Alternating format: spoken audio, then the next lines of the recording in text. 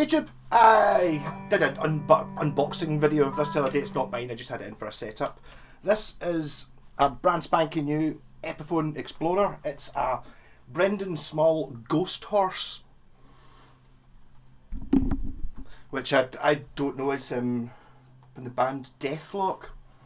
I don't know, it sounds a bit modern to me. Anything after about 1979 is like new, or no, I moved that to after Judas Priest Turbo. So anything after 1986, I don't know. Yeah, so I've got the Epiphone page up there if you wonder what I'm reading. It's not a very big thing, so I'll just read it out. Designed by metal legend Bendon Small, the man behind Metallicopolis, and featuring a modified Explorer body with a deep cutaway. Okay, that'll be this neck join. I actually wondered if it was a through neck. I don't know if I'll probably tell you if it is. And a galaktikon burst finish. Galaktikon. Big thumbs up for that. My favourite thing. I actually bought that telly because it's made by a company called Selkis, and the writing is similar to Battlestar Galactica. That was what swung it for me, so I'm shallow that way. Finished figured maple top and matte ebony finished back and sides and neck. Floyd Rose bridge terminal system powered by Gibson USA burst bucker pickups. Fast playing slim taper neck. Features a contoured heel. Outstanding bound ebony fingerboard. It does have an ebony fingerboard. I said that, I thought it might have. Grover Mini automatic tuners and a galaktikon Icarus spaceship medallion in the back of the headstock. Okay, a galaktikon Icarus spaceship medallion sounds like it's more than that, which is just like a wee painted bit. Oh, it may actually be. No, I was going to say I think it's maybe it's a bit 3D. It's not. It's just printed. Also, there's a signature from that chap as well on it. Yeah. So basically, all I did was set this up. The owner gave me 9s to put on it, and it wasn't set up for 9, so I had to level the Floyd Rose. Incidentally, it's like, I know this is really stupid. I've done so many guitars, and it's like I went to take the back plate off to adjust the tension of the springs, so I could get the Floyd Rose to sit level, so it's got a little bit of upbend in it. And it's actually these two slots. I can actually don't have to take the back plate off. You can just adjust the screws using a screwdriver, just straight in using these slots. But a great idea, which I have seen before, but I don't know. I think maybe quite a lot of the guitars I have got the wrong back plate on them or something like that. I very rarely buy new ones, but it's a small thing, but I like it. This guitar is very expensive feeling. The tuners are, well, they said it's actually got the Allen key holders. I've been using my own Allen keys, so these ones are still untouched. It's got a similar problem which this one here, my Washburn E20 has. Because of this, I think it's just due to the shape of the headstock, the tuners are very close together, so there's a slight issue with using like your string winder. It's in tune, so I'm not going to turn it, but they kind of bash off the tuner next to it. That's why it's mini Grover tuners on it. Normal Grover tuners wouldn't fit because they're just too close together. Just one of the things inherent in design of this sort of shaped headstock. But they're very nice, and they've got my favourite type of, I think they call it kidney bean tops on them. That's definitely my favourite, rather than the more normal shaped ones. These ones are actually quite old, so they're quite rounded, but you know that sort of shape. These are I do like these tuners. They're a bit rounded. I'm thinking more of I'm looking about to see if any of these guitars have the ones I'm not so keen on. The ones that are kind of a bit sharp edged. I much prefer the kidney ones. Yeah, so we've got 2 volumes. So we've got a bridge volume and a neck volume. I think these were, they're coil splits. It doesn't mention that in the spec. There might be a bigger spec page than what's on the Epiphone website. I would have thought we would tell people that it's got 2 volumes and they've got coil splits on them. So give it a blast. I wasn't aware it had Gibson pickups in it. So what's the difference between this one and the Gibson one? Where it's made. It does have a sticker saying handcrafted in China on it, which I think it's on a sticker, so you can peel it off and claim it to be something else. But it's one of those things that if you give the Chinese factory enough money to build a guitar, they'll build you a better one than the equivalent one you can build anywhere else. It's just the difference is you can't give a Chinese factory, say, I want you to build me a guitar for 20 quid. and complain about it later, whereas an American factory can't build a guitar for 20 quid at all, whereas a Chinese factory can. But that doesn't mean that if you say, well, I want you to build it, one that's going to cost, I don't know how much this costs, a few hundred quid, 500, 400 quid, whatever it is, they'll be able to make a world-beating one. And it does feel expensive. So also, I think that's actually a genuine Floyd Rose. It doesn't say anything about being licensed on it. And it's so much nicer working on a brand new Floyd Rose, or a brand new and expensive Floyd Rose, than it is most of my 80s ones. It's like it's had somebody at it at some point in the last 20 years who's not really known what they were doing. It's all adjusted wrong and it's kind of worn and stuff. This is all brand spanking new. So there we go, 6 minutes, I've not even played a chord yet. Did I do distortion? Well, I'll go for clean first, even though I don't know who Deathlock are, but I'd imagine they're metal. Or Metapocalypse or Metal Apocalypse. It's like, yeah, they're gonna be metal. But I mean, it is an Explorer, and Explorers came out in 58 or something like that. So didn't get metal in 58. So that's a bridge pickup.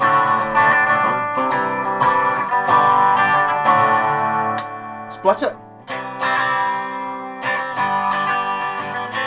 Incidentally, I'm using my Laney VC15. Come through a Fever 12 there, and the mic's there. Neck pickup, humbucker.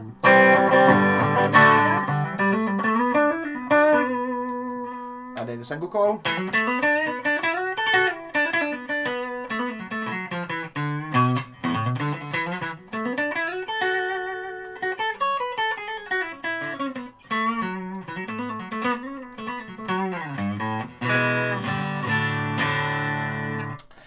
Explorers, I think, to be honest, this might be the first. It's the first actual Explorer I think I've ever actually had to actually work on. I've had a shot of a Gibson one before a few years ago, but most of the ones I've got are like, kind of argue that's sort of an Explorer, but it's not really. Do you know what I mean? But so it does. The neck feels long, but I think that's more to do with like maybe where the strap button is. So I mean, it's just a standard Gibson scale, but it feels long. Maybe that's something to do with the fact there's nothing here, which is what I said to the guy my pal when he said he was thinking of buying one. I was like, have you played an Explorer before? It's a sort of strange thing at first here, because there's nothing here. You're used to there being some guitar in this bit, and also he was saying he kept hitting his arm off this bit, and it's like you just get used to that. I think all these things is just angles. It depends, but this obviously gives you the option to rest your hands on it.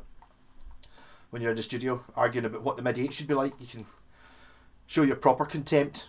Double contempt is like pretty relaxed, but if things get important, you can use this finger for going, no, it's an A, and you can have your hand resting there. So I was thinking I'll put on the Joyo US Dream pedal, which is my go-to distortion pedal just now. Bridge pickup, I suppose.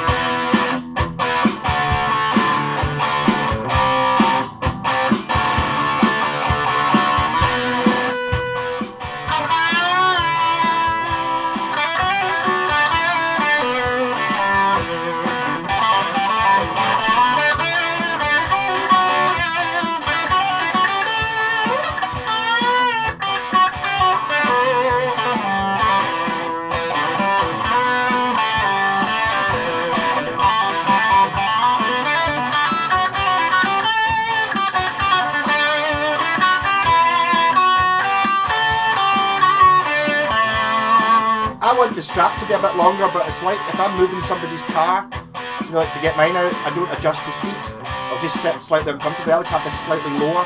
That might be why the neck seems slightly longer. I just want it just a wee bit lower. I'm not going to adjust it. Clean first, I suppose. Both single coils in the middle position.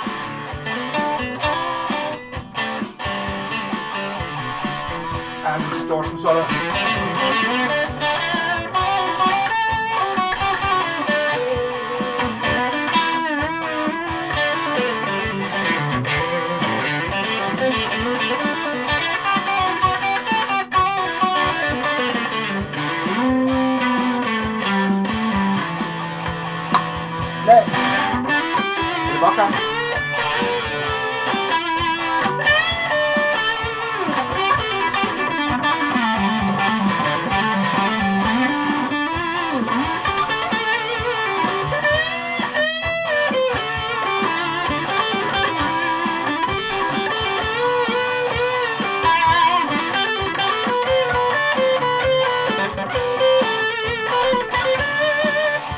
struggling a little bit with the string tension. These are 9s. I'm kind of alright with 9s and 10s. Actually, I did a guitar recently with 8s on it, and that was mental. You just get used to it after 10 minutes. This is literally the first time I played it. This is me kind of checking to make sure it's working alright, and I figure that's when I do my videos.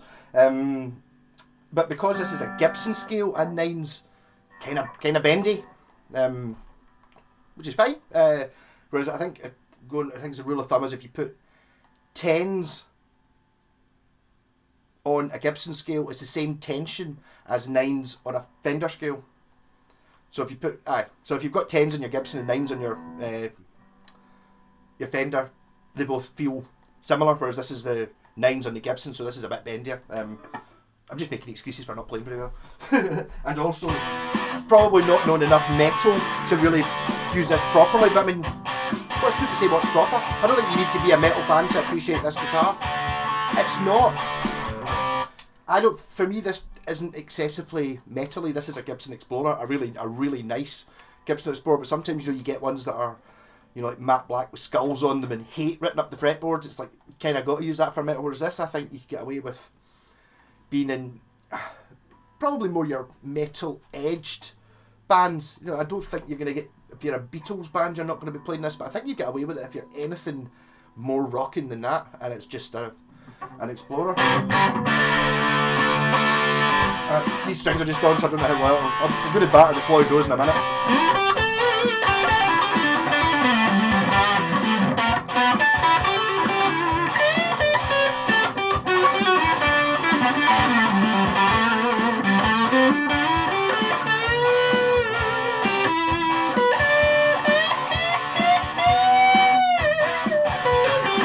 Track bend too far.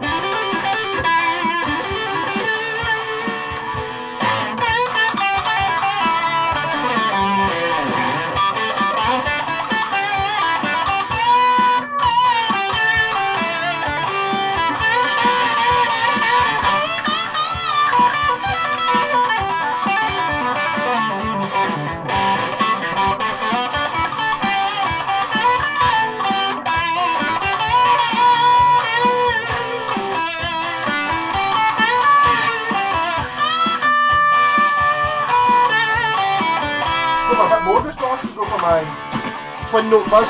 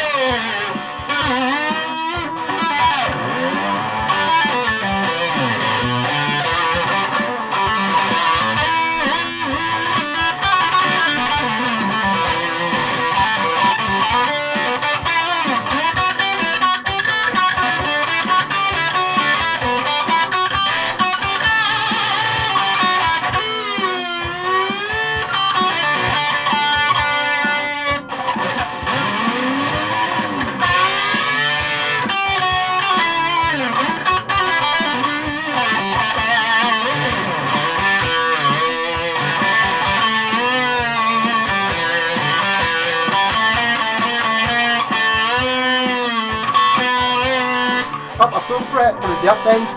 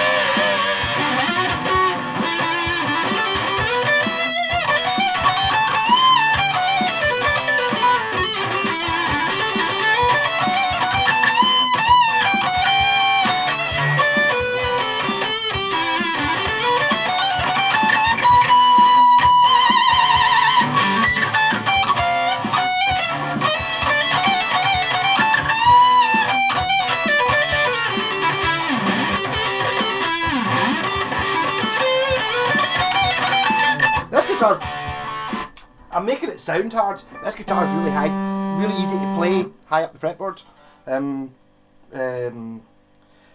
Maybe something to do with this access heel joint or something. I'm kind of not wanting to play this too much in case I play the neck too much, because this is a sort of matte finish and that tends to go shiny when you wear it out. But this is a fantastic guitar. I kind of wish this was mine. It's really nice. And as I said with the signature thing, I don't think it doesn't really matter. Also, I was under the impression I didn't like the Gibson slim taper necks, which according to the spec sheet, this is. I'm not going to argue that it isn't, but whatever the Gibson neck is that I'm not that keen on isn't this one. I don't know where this one. Maybe it just depends on what shape of guitar it's on. I had an SG at one point that had a neck I didn't like. I had a shorter one, and I was told that it was a slim taper, and I was like, oh, I don't like the slim taper. But maybe that's just because I'm so used to playing my SG, which is like the standard neck, that having a different shaped neck on it was really weird. Whereas this is completely new to me. Really, I do, as I said, I do have guitars that are sort of in a similar vein, you know, with the spiky bit here, the spiky bit here sort of thing. It's just something you get used to. And there are things, it's a little bit like, but this is actually, unlike a Flying V, you can actually play this one sitting down and it's fine. There is a little bit of getting used to just the general, the layout, the fact that pickup selector's miles away. I'm not even noticing it because, as you can see, that guitar there has the pickup selector miles away. The two volumes, the thing I would notice about the two volumes is I'm used to just turning it down really quickly. So if I'm sitting there, I didn't do it there because I happened to be on the neck pickup. But if I'm riffing away and then I stop to talk, I just knock the volume down. Whereas if I was on the bridge pickup, it's this one, not this one. So there's no tone control. I don't really use tone controls anyway. You've got your amp, it's got knobs on it to change that. But I'm really loving this Floyd. It's amazing, partly because I've been working on this, the confidence of having a Floyd that you think is going to stay in tune. Whether it does or not, it's not really the issue. It's if you think it is, you could be an awful lot more adventurous with it, and you believe that it's going to go back into tune. A lot of guitars just not set up right. If a Floyd isn't set up right, it doesn't work, really. It's like you can do all that wiggly stuff, but then when you put it back in, it's not in tune at all. But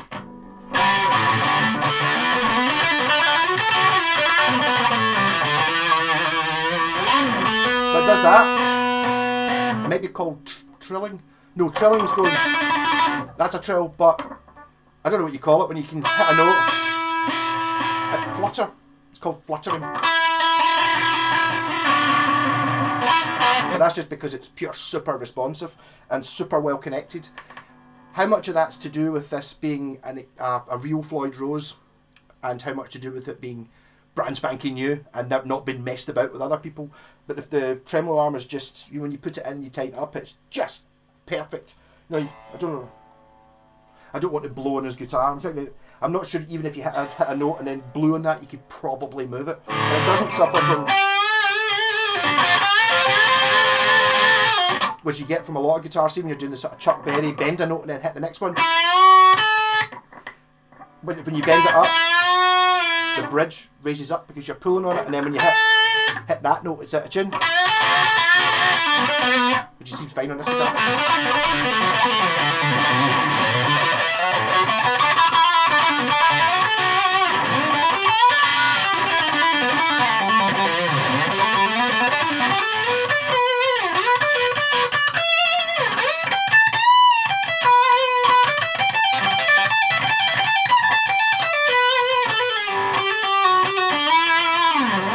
So, in conclusion, it's awesome. I really like it. I think maybe you've got to be a sort of fan of these things, of the sort of the pointier guitars. But I don't know. You put this in the argument. I'm a member of a Facebook group called Pointy Guitars. I'm not sure whether this fits in.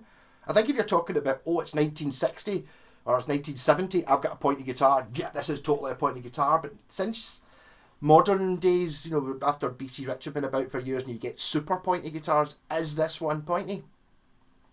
I don't know. I think this, I wouldn't have any problem playing in any of my bands with and playing, well, we do a Creedence Clearwater Revival song, but I could play Creedence Clearwater in this. Maybe a little bit on the metal side, but it does it. I suppose I've got to play Creedence Clearwater Revival right now, so I'll go for single coils, even though I'm pretty sure John Fogerty uses a Les Paul for it.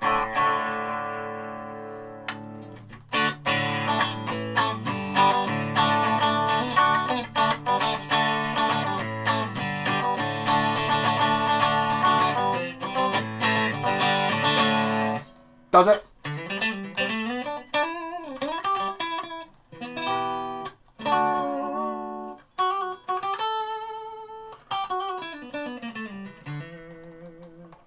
So, rock on, Chrissy, your guitar is awesome. I'm jealous of this one. This is a million miles away from the previous guitars he had. I mean, he likes to swap his guitars and buy new ones. I think he spends quite a lot of money on them.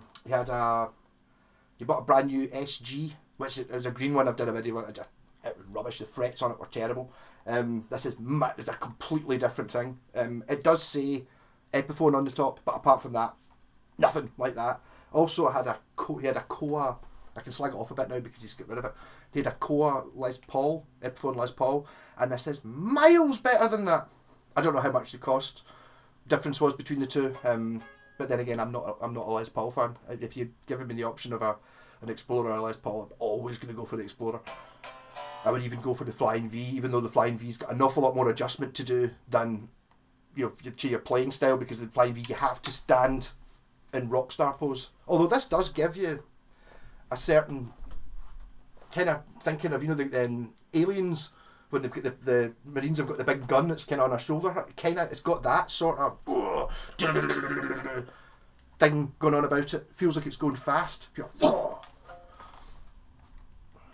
Which doesn't make any difference to the way it sounds, but your attitude towards it changes a little bit. I'd have to say, fixing this up, I did have I enjoyed doing it. The plus points about doing a brand new expensive guitar like this is, it's lovely. The minus points is terrified to scratch it or dent it or drop it or something. So it's like it's got strap locks on it. That's why I'm doing that. I'm not worrying about the guitar falling off, because that's the one position that you can't catch the guitar. I suppose you could maybe catch it like that, but normally when you're playing away and it's down, the track comes off, I've just got this instinctive reaction to just clamp up. You just go oof and catch it before it hits the ground, but it's got strap locks on it. Strap locks, which actually are kind of